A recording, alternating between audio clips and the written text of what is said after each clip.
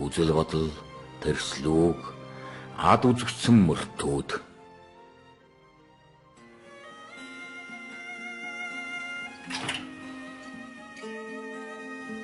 Тандгүй хүн та юу хийдэг вэ гэж надаас гүйшилгаа би шүлэгч. Таньдаг хүн чи юм бичиж байна уу гэж надаас гүй асуу би шүлэгч. Шүлэглэх гэж харваад нэгэн төрсэн хүн шүлгээс өөр юу хийх ёстой юм? Хойчин өдөр миний шүлгийг унших хожим хүмүүс намайг ямар ажил хийж яваа гэхгүй, яаж амьдарч байгааг гэхгүй, баян явж юу, хоосон явж юу гэхгүй, намын гишүүн гэргэлтэй юу, хөдөлмөрийн дэвтэр бий юу гэхгүй, ямар шүлэг бичиж яваав гэн, яаж шүлэглэв гэж сонирх нь, яагаад гэвэл би яруу найрагч. 1976-аас 79 оны хооронд Дэмбэрлэгэн гэрт бол яг бүтэн 3 жил амьдарсан байдаг.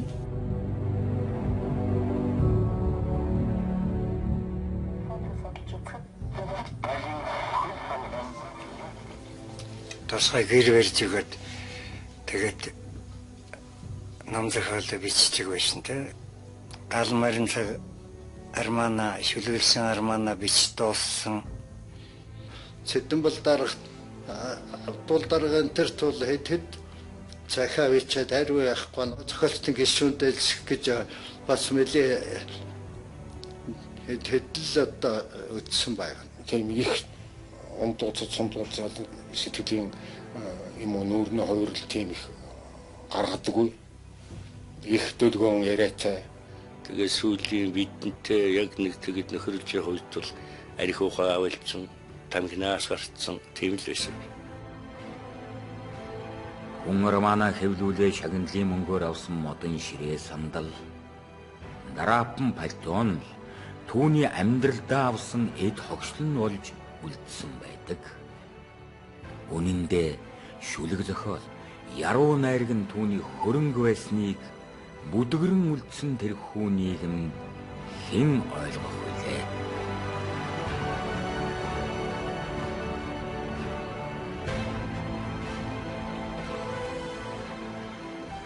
Их амьсгаддаг. Хэрүүхэн хөдөлж чаддаг тэгээд тэгэл ингээд өрөөсөн тал нь одоо 70 навгаар мөрий тийм юм байсан те. Сүүлд би их модсон. Тэр уушиг амьсгалын эрхтэн их л хүнд байсан л да.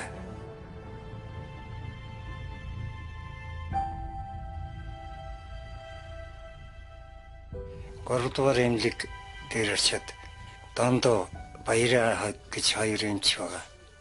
Өөрийнх нь танд л найзууд юм байлээ. Тэр хоёрт очиж хэлж намайг хэвтий гэж ийн гэд.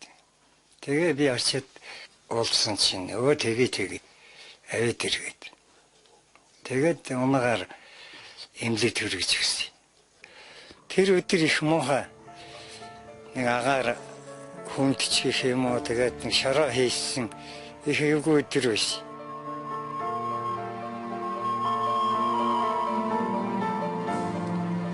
Тэгээд амьсгатад машины сон хонгоолгоод тэгээд толгойн бараг зохиолгоод амьсгалж байгаа. Амьсгаан давхцаад ерөөсөө их ядруу явсан. Тэгээд баярын эмч нь бол тэр өдөр жижигштэй ханах байсан.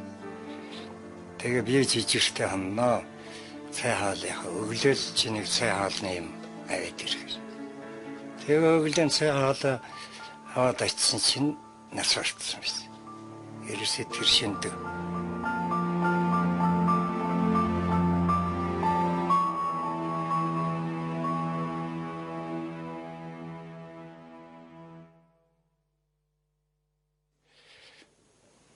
Тэгээд уушигны өвчин тэл байсан юм байл л дээ. Тий.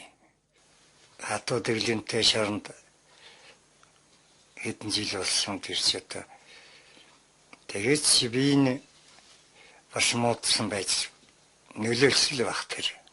Тэгээ хажуу талаас нь тордлого байдаг. Чинь ч бас нэг жаахан хүн дэвнэнтэйхэн тэр залуу төрхөмж байсан тийм байсан. Тэгээд юм юм алигийн тортлого алигийн тэнд нөр тортлого Монголд уушлаа хүндрэгдсэн юм шиг байна да яа. Тэгээ ийм хүн яаж амьд өвдөсөн гэдэг хаалгаа хийгээд үтсэн чинь дат хэрэгтэй уушиг гэдэг яст. Хэцүү үсэг. Харин өдөө болтлоо ингэж амьд явсан надад их сонирн байна гэж тэгж ярьжсэн. Тэгээд хамгийн сүүлд өнгөрөхтэй тэр дэрэн дороос нь одоо манай энэ Дэмбэрэл мэдж байгаа да. Орныхан дэрэн дороос нэг дэвтэр олдсон. Юм бичээгүй шахаа.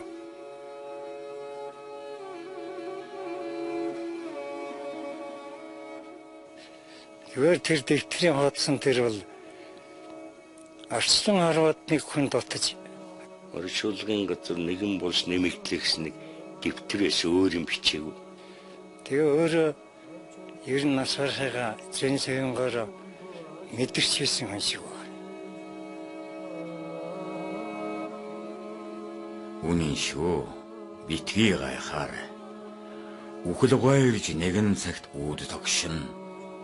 Тэгэхэд би үлдэх хүмүүст ингэж гэрээслэн. Өндөр жааны эрэм бухайн өөрийн минь хойноос бууяарай.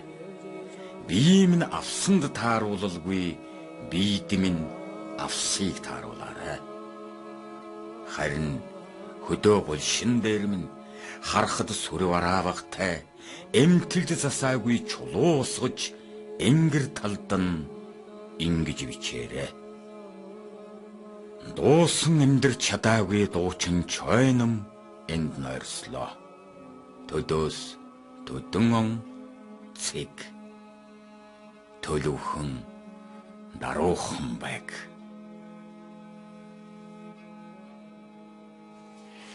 Арай л эрт явсан гэдэг л бол гарцааг үнэн тийм л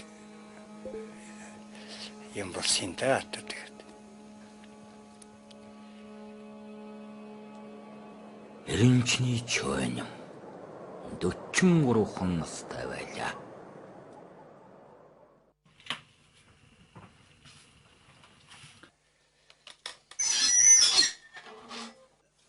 Насварлагын гүтэл би зар тараас л да ээжийн дүүнэрийн бүгдээрэнд нь юу өгöd утас эхлэгээ өгöd тэгээд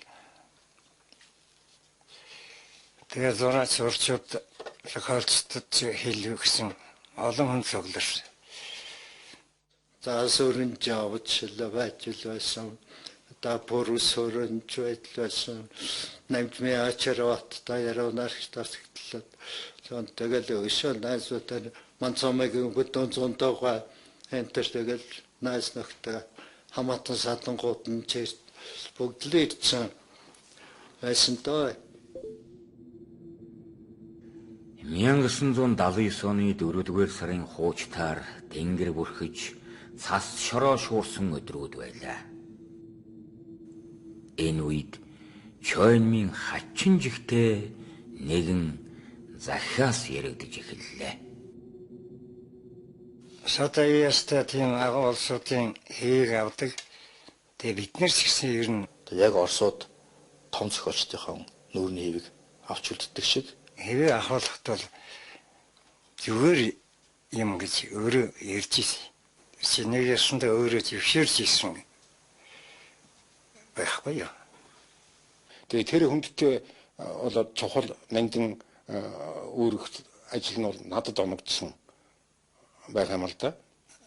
Ер нь хойно баримлын сургуулийг улаан дипломтой төгссөн мэрэгчлээ их сайн. Тэгээд чойнмын чи бас найз нөхөр нь байсан. Тэгэл тэрцэнгээр хэвийн ахуулсан. Тэр үс бараг нууцаарчгүй авсан баг тоо тэр чинь.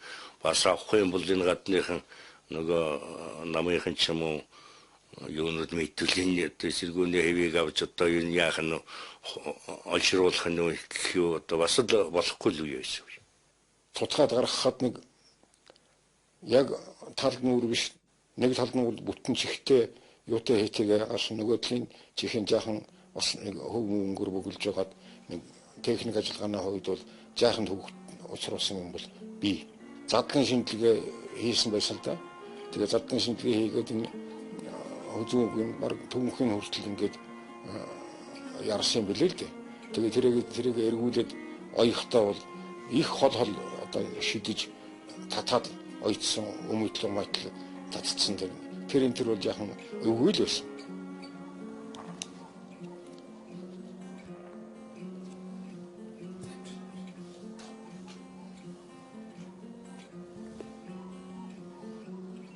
Тэр хүний байсан амьд ах удаа цагт тэр хүнтэй юу ярьж ирсэн, юу инээж ханаж ирсэн, ямар баяр гоног тохиолж ирсэн тэр энэ төр бол бүгд бодогддог юм байна л. Тэгээд ингээ харахтаа зэрэг нөгөө хүмүүс одоо амьд биш үеж идэг тэгээд яг тийм үе чинь одоо сэтгэлийн хүлээл хүнд юунд одоо хэдэн минутыг өнгөрөөж тэр хэвийг авч үлдсэн л дээ.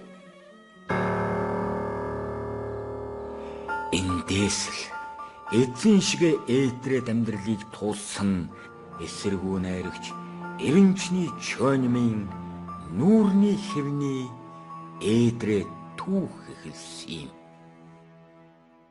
Ямар ч тач энэ бол ерөөсөө түүх.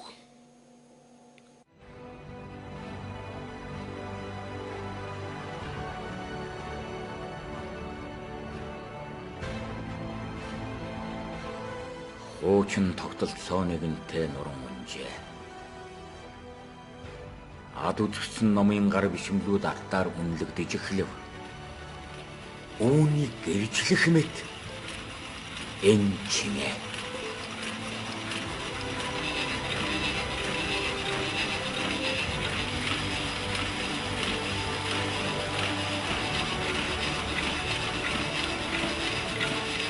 Тэгээ ардчлалын одоо военгаар Чонмын нэр сэргэж эхэллээ шүү дээ. Ер нь ардчлалын эхний үед бол ерөнхийдөө Чонм бол эрх чөлөөний дууч, ардчлалын одоо жинхэнэ тийм алтан хараачаа гэж өөрөө амьд байгаагүй ч гэсэн бүх яч байж чадчихл байл л дээ. Тэгээ нутагт нь гэр мүцгийг нь байгуулах ажилд зураас Виржиниа би галсан дорж бидгээр очиж мүцгийг нь байгуулсан. Чонмын нүүрний хэвийг аваач тавих бол бидний хамгийн том бэлэг байх ёстой гэж үзэж нөгөө нүүрний хэвээ би хадгалж ирсэн л дээ. Гэртээ тэгээ бурхан ширээнийхээ доотолд хийгдсэн. Тэгээл энэ тэнд байж байгаад эвдэр шимхрэх осолдох явдал гарна л. Тэрнээс болгоомжлоод би тэнд хадгалж ирсэн. 10 гаруй жил 16 жил болох шүү дээ. Хадгалаад. Тэгээ энэ монументал урлагийн баримлч Пүрүшсүрэн гэж тэрэнд өгөөд сотгуулсан байхгүй юу? Даанч би энэ Улаанбаатар хотод байсангүй болохоор тэр ажилд оролцож чадаагүй. Тэгэл Пүрүшсүрэн хийлэгчээд маргааш нь хийгээд тавьчихсан шүү очиад аваарай л гэсэн. Тэр тасгийн дараа ажаагийн өрөөнд байгаа гэд. Тэгээ очисон шин хулгаад алдчихсан байсан.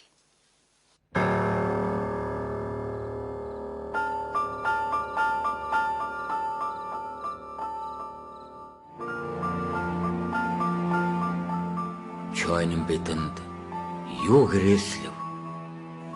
Унших хэрэгтэй.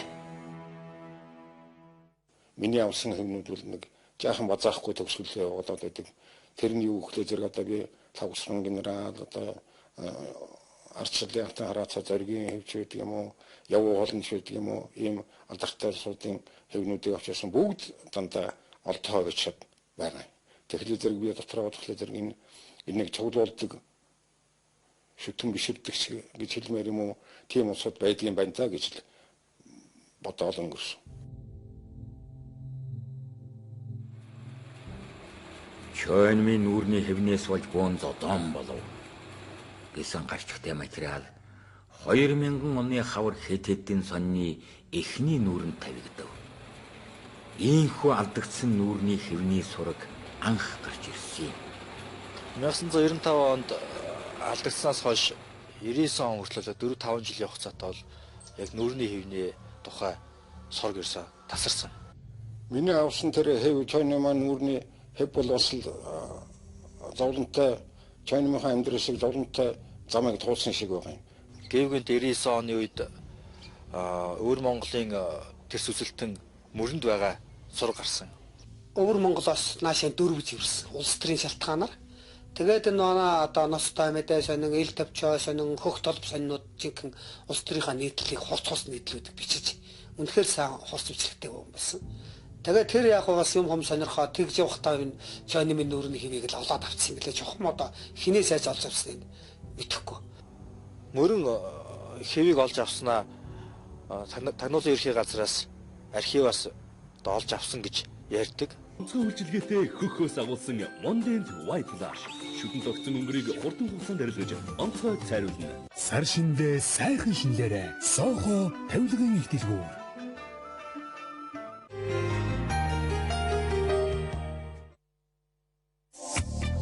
Хөгжөлдөө эргэлдээ гिचүнөдөр нэгэлтий. Always шинжилсэн гадаргуутай always амин дотор шингээ та доош нь харуулсан ч шингээх чадвар нь санаа зов зинхрээ үжидээ ингэж хийж чадахгүй их дураараа юм санаа зовхгүй хальжуусаа зовхөж байх хамгаалах үлцээр always Сэмэнод танад цагаан сараар хүүхдүүд хямар бэлэг байна.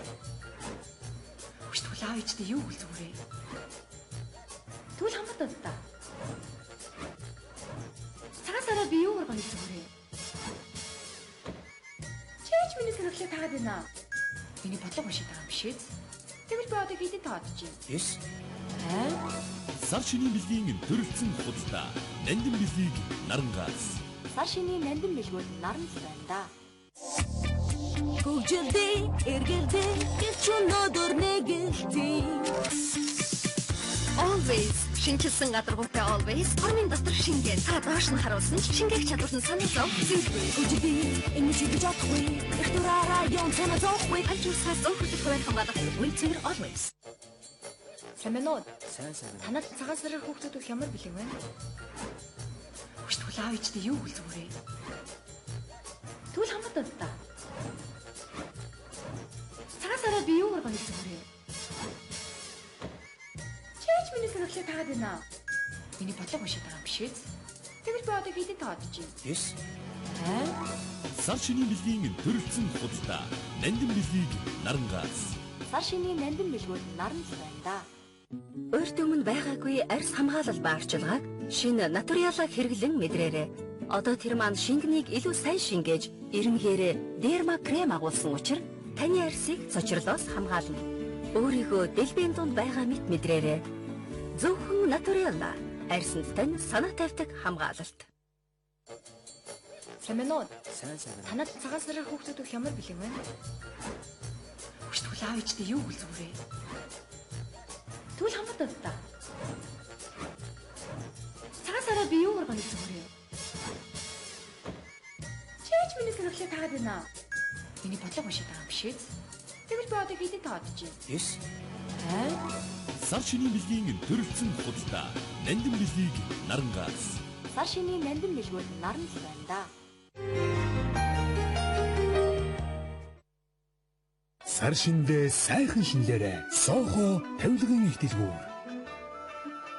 Онцгой үйлчилгээтэй хөхөөс агуулсан Mondent White Flash шүтэн тогтсон өнгөрийг хурдан хугацаанд арилгаж онцгой цайруулна. Гэтэл бол тэр бол худлаа анхны юмны архивд байх үндэсгүй гэдгийг нь одоо анхны нүүрний хэв хийсэн Ахмад баримлчид зураачд бол хэлж байгаа юм л та. Тэгээ эзэн ч өөрөө амьдралдаа бас их эдрэцээ амьдрсэн. Тэгээ нүүрний хэвийг авахт тэр нь бас эзэн шихэл нэлийн зовлон үзсэн байх гэж бод. Мөрөн Монголд амьдарч байх хугацаанд өөрийн гэсэн орон гэргүү тэнүүшл амьдардаг байсан. Тэр үед мөнх төрийн гэрт амьдарч толгой хоригдож байсан. Зайлал. Тэрцэндээс нэгдүгээрт тэр хятадын тусгай албадын улсуудаас нуугдах байсан ч юм уу. Хоёрдугаарт бас яг тэр орон байрны хувьд жоохон хүндрэлтэйж байсан юм уу? Тийм байсан. Тэгэл мөнх төрийн гарт орсон юм билээ л дээ тэрийг бол. Бас мөнгө төгрөх юу гэдэг пичекс чамж өгсөн ч гэдэг билүү. Хууль зарах гэжсэн явдалж мэрсэр сонсож байгаа юм. Өөр Монгол руу ууж гарч ирчихсэн сургууль сонсож байсан. Маш олон хүний гар дамжаад хаана байгаа нь мэддэхгүй ингээд л тэгсэн мөртлөнгөө улсуудын сонирхлыг татаад л тийм ээ. Чойнмын нүүрний хэв тэрс үзэлтэн гэгдэх өвөрлөгч мөрөнгөөс сэтгүүлч мөнх төр их эвжигтэй үжшилдсэн байдаг. Хэрвээ мөрөнгөгч найрагчийн нүүрний хэвийг хэн нэгэн этгээдэд үн хүргэн зарах эсвэл өвөр Монгол руу гаргасан бол энэ түүх өөрөөр бичигдэх байсан биз. Ямар тач чойнмын нүүрний хэв зөв үед зөв хүнийхээ гар дээр очсоор иржээ. Ямар нэгэн хувь тавилан сайн хүний одоо сүүшиг цагаан мөр үлдэж л байгаагийн яваад илэрлэлтэй. Тэрнээс биш тэр хэнд ширэггүй амтан байсан мэт тэр хэв хэнд чирэхгүй шүү дээ.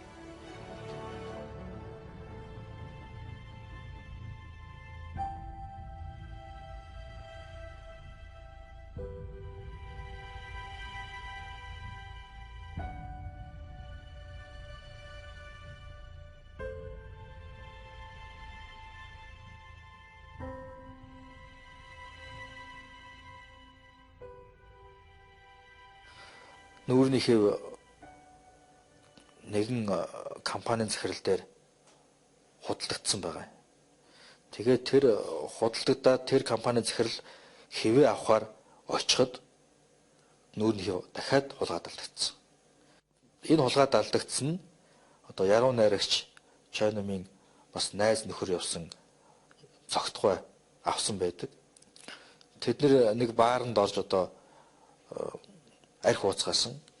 Тэр бааранд байж хооронд л ганцаараа гарч гүгээл тэр мөнгө төрийн хаалгыг ламаар гэж жонгоолгоол скаун дотроос нь хэвийн аваа явуулсан баг жишээтэй.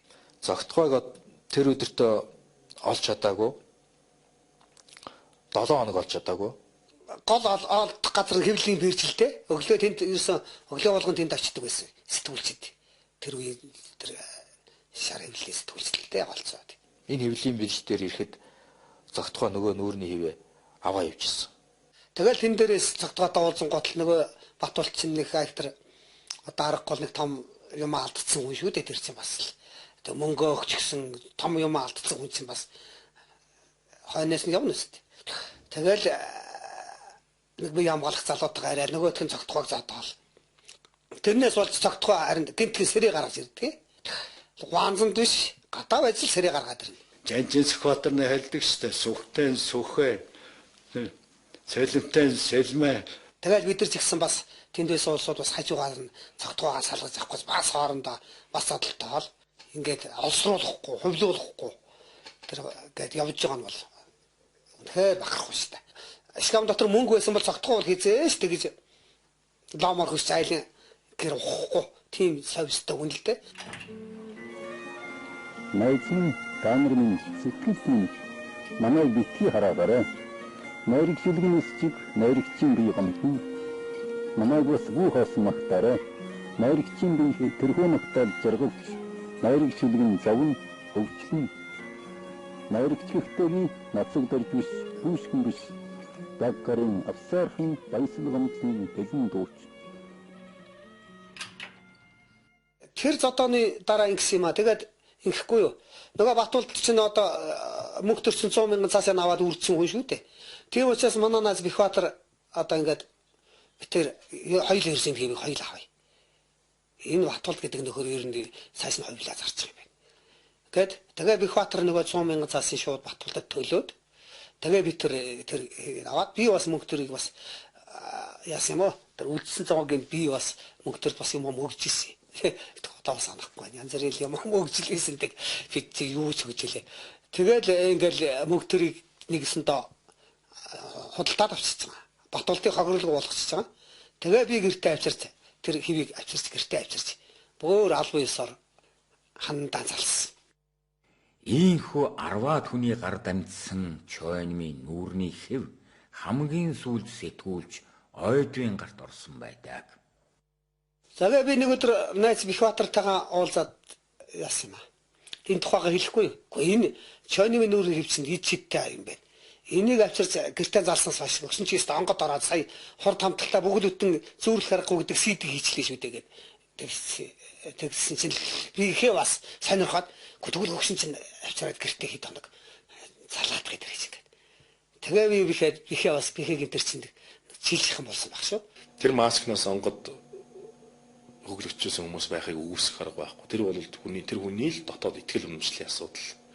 Ямар тач тэгээ бихээ чинь бас тэр онгод орж байл гэсэн юм худлаас юм мэдэхгүй чойны нүүрний хэвийг залснаас хойш сайхан онгод орж байл гээд ярьж л байсан. Тэгээд үнэхээр бас баахан шүлэг битсэн л байсан. Чойнмын гэр музей 2002 онд Улаанбаатар хотноо театрын музейн танхимд үзмрүүдэд дэлгэв. Энэ үеэр 40 гаруй насны дунд иргэм нуруутай нэгэн Чойнмын нүүрний хэвний сургийг дахин гаргав. Тэгээ 2002 онд Сосор орон гавьяатын урилгаар манай музей анх удаага юунд Улаанбаатарт ирсэн. Нэрх захим нь гайхамшигтай олон сайхан аяасчийн илрэл болсон янз бүрийн сайхан уран бүтээлүүд хадгалагдж байдаг. Тэгээ энэ үеэр би 90 очин явж идэг. Манай мишиг ах бол ерөөсө 14 хоног байнгын өглөө ороод 9 цагт ор суудаг, орой 18 цагт хардаг. Тийм ажилтай байсан. Тэгээ тэр хооронд нь би хэлсэн л дээ. Ямар хүн ирж уулзах уу?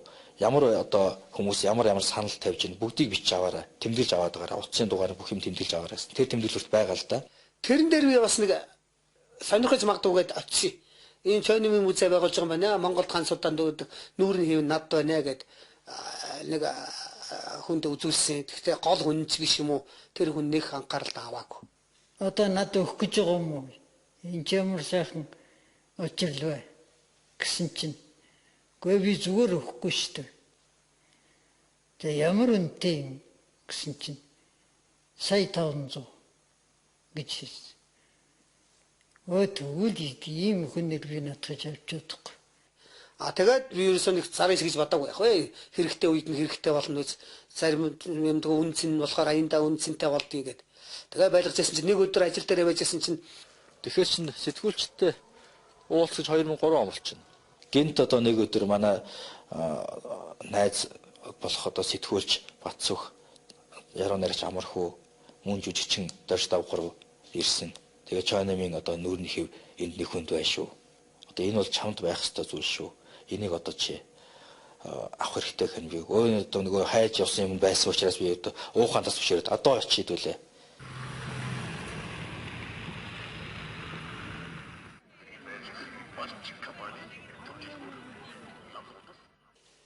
Яг мэддэг ах хэвээр байх хэвээр хүнд хадгалах хэвээр хүн гадаа ирсэн хүлээж байна гэдэг. Тэгэл бид нар гарч очивол оцгодлын хин гамбол машин дотор суучихсан. Тэгэл энэ гамболд үзэл одоо гараараа барьж үзчихэнгүүтээ за би яав хэдэн төгрөг яах вэ гэд. Тэгээд нөгөөдөлдөө өрөөндөө авчиж тавиад зохиомжийн шагнал урамшил юу гэдгийг хэлсэн мөнгөний өгөөд тэгэл би ч гэсэн ёстой хэрэгтэй хүнтэй очлаа гэл. Тэгээ гамболд цус яг тухайн үеийн ханшаар над бас боломжийн мөнгө төгрөгөөр урамшуулсан. Чойнмын нүүрний хэв 1979 оноос өнөөдрийг хүртэл 30 гаруй жилийн хугацаанд баримлж, зураач, яруу найрагч, сэтгүүлч гээд олон хүний гар дамжсан ч тэгэд хог дээр чулуучхалгүй, эвдээд хайчхалгүй, хувлаа зардчхалгүй өнөө хүргэж иржээ. Ингэж эсрэгүү найрагчийн нүүрний хэв байх ёстой газар амжилжээ. За 2007 онд энэ Өд сангийн тэргүүн гамболд намайг дуудаж уулзаад Чойнмын нүүрний хэвний тухай ном хийхээр юм захиалах гэсэн. Шууд нүүрний хэвгээ гаргаад үзүүлэхэд бол энэ бол дорны уламжлалт нийцэхгүй байх магадлал маш өндөр байсан. Тийм учраас би нөгөөдөө гаргаж чадахгүй бас хүмүүсийн нүүрэндээ дэлгэж чадахгүй ингээд анх нүүрний хэв авсан 79 оноос 90 хэд он хүртэл түүхийг бол энэ анх тэр нүүрний хэв авсан зураач Дэмбэрлгай баримлах дордсрангуй эдгээр бол сайн мэднэ. 99 оноос хойш 2003 он хүртэлх одоо юу түүхийг мэддэг хүн одоо алдагдсанаас нь хойш ахуулаад одоо ойдын гамболд өгөх хүртэл түүхээ мэддэг хүн. Тэгэхээр энэ түүхийг чи өөрөө бич. Тэрний өмнөх түүхэнд би хий. Тэгээд энэ нүүрний хий бол үнэхээр тийм ном болохоор тийм лот материал. Дуулай шуугантай. Улсуудын бас үе үеийн яруу найрагчдын амны уншлага болж исэн ийм юм байгаа юм л да. Энэ ном эзэнтэйгэн адил Адармаатай замыг туулж ирсэн түүхийг ил болгохоос гадна нүүрний хэвний ойлголтыг дэлгэж хэвний урлагийг хөгжүүлэхэд зохих байр суурьан эзлэх юм. 2010 онд анхны одоо номныхоо дарцыг гаргачаад өд сан дээр явж байсан чинь гамболд хэлсэн юм л да. Та энэ номыг уншаад үзээч. Тэгээ бас болцоо боломж байл редактор хийгээд би шоугаас нүүрний хэв гэж гараагүй. Нүүрний хэвний тухай ойлголтыг бас ард түмэнд хүргүүл яах вэ гэдэг тань үзээд өгөөч гэд хэлсэн. Тэгээ алуу тэр чинь хаа байна уу гэсэн чинь надад байгаа гэсэн. Маргааш аваад ир үзье гэсэн чинь үзүүлсэн. Нүүрний хэвэнд тухайн хүний өвглийн сүудэр хувиршгүйгээр тусдаг. Зарим нь амгалан 50 сарайтай байхад зарим нь бухимдлаар дүүрэн эсвэл айсан, гомдсон, инээсэн гэд янз бүр байх.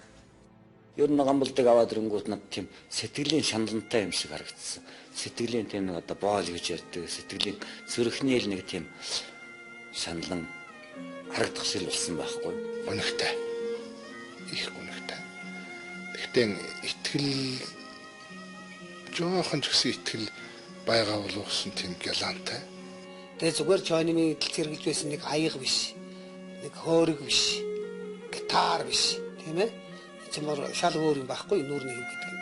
Магадгүй би тийм ч учраас хэнгэрөө бүр ботгоод аваач үзүүлж тийм ээ? Тэр нэг юм л уншуулах юм бодсон юм а би ер нь.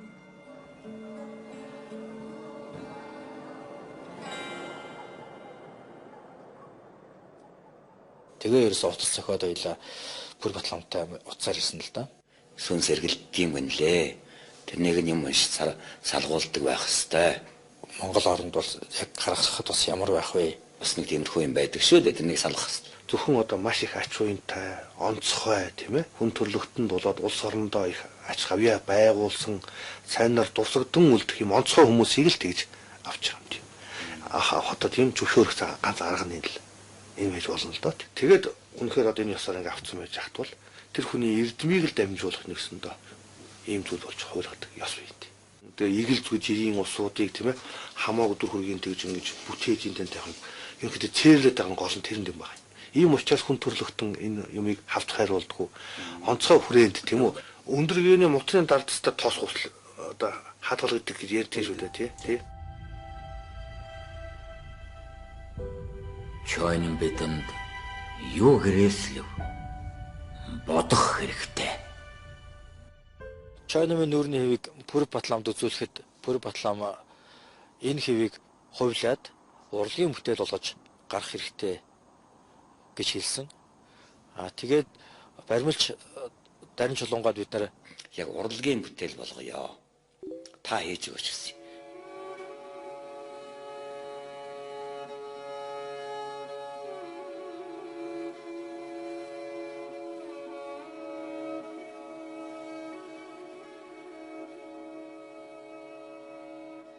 Тэгээ яваад очсон чинь хийе. Игээд өгөө. Гээд одоо ингээд тийм материал олно гэж гамболдод хэлээд олддоггүй ховор материалыг нь зах дээрээс явж аваад хамгийн гол нь тэр айрснууд ингээд суларсан, унжсан байсан. Тэрийг ингэж яахан татаж чангаруулж орол энтрүүл бас бүдэгдөө. Тэгээ тэр зургнаас нь хараад тэр уруул одоо ер нь иймэрхүүл байсан тийм байдалд нь оруулсан юм байна.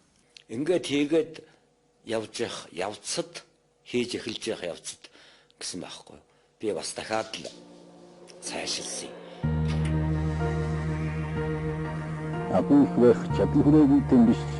Алтан дитмийн заяад утсан дан биш. Тэр сатгамсээс би төсөөргөн зам нь тусдаа зан минь онтоо мөлхөж өссөн шороо минь өөр, мөрлөж боссон тэнгэр минь өөр, уусан ус, суусан яс, цаг үе минь өөр, ууган хайр, ууган нам, уналт ялалт минь өөр. Алдрын тэтмэг чинь тийм үү юунд яадаггүй маа. Нөгөө нэг цэргийн жанчдын талгай дээр өмсдөггүй. Хаад вангуудын талгай дээр залдаггүй юм. Алдрын тэтмэг тийм үү уран илтгэгч нарын, яруу найрагч нарын, дуун хөрвүүлэгч нарын тийм хүмүүсийн талгай дээр залдаг. Нүүрний хэвэнд тухайн хүний өөрийнх нь зам төрөх, нас шүд сэтгэл санаа юунд санаа зовсон байдгүй, үр ашигтай санаа зовсон байдгүй, аль эсвэл хүн төрлөختөнд гомдсон байдгүй. Бүхэл юм нь үлддэг. Тийм ээ. Тэгээ энэ одоо тийм ховор юмыг би яг байх ёстой хүнд нь байх ёстой газар нь гардуулж өгснөөрөө бас омгсч явдаг. Бас энэ Чойнымын нүүрний хэв гэдэг энэ чухал номыг бичснээрээ бас нэр төрийг хэрэгж боддгоо энэ.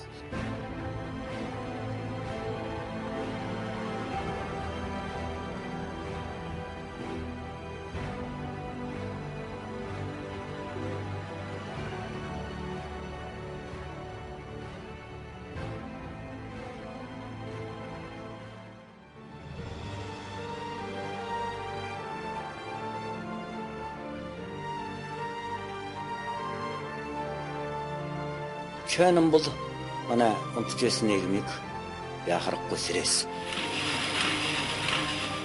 Тэрэндээ буруудчихсэн. 16 жилийн хугацаанд тэр хүний зохиол бүтээлийг хэвлэл хэрхийг харцлаа. Дандаа тэрс юм бичдэг. Ард түмэнд зориулж хэлсэн ийм үгүүд маш их байдаг байхгүй. Өнөөдөр энэ худлаа их хэмцээрсэн хүмүүс ичих хэвээр. Чойном шиг хатуу жил үтсэн. 4 жил гямдан торсон. Чойном шиг завлан туулсан. 3 жил цөлөгт явуулсан. Тэгэхээр чинь аргагүй л хэлмэгцсэн. Энэ бүх хугацаанд бүгдээрээ дагуултай. Их соолон тоолж явсан юм тий. Чичмэргийн ухаан тэр зам төрөх энэ бүгд нь бол үнэхээр асар их орон зайг надад байхгүй болгоцсон. Үндэстэн байтугай эсхий турхтан байтугай Аз дорны том соёлыг өмөрч исэн ганц баг нь болж байна юм бэл. Ийм их үнэтэй цайтай найзтай нэг үед амьдарч яах гэж бахарх сэтгэл байгаагүй юм байл гэдэг бодвол. Одоо бидэнд байгаа зохиол бүтээлээр дүгнээд хэлэхэд Чойнымын зохиолын 50% л олцсон байна. Үлдсэн 50% нь бол ард түмний гар дээр хадгалаатай.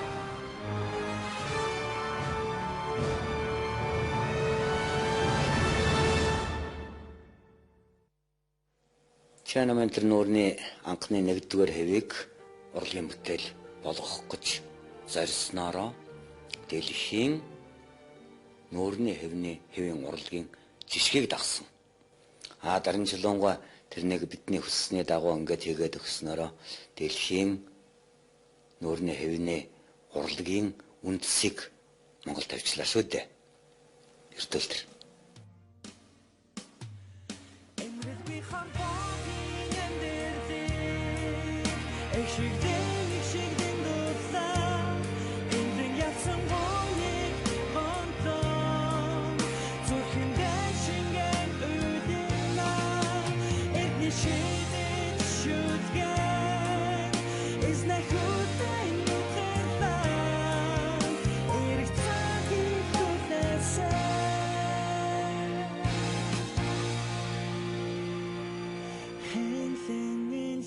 Shine light.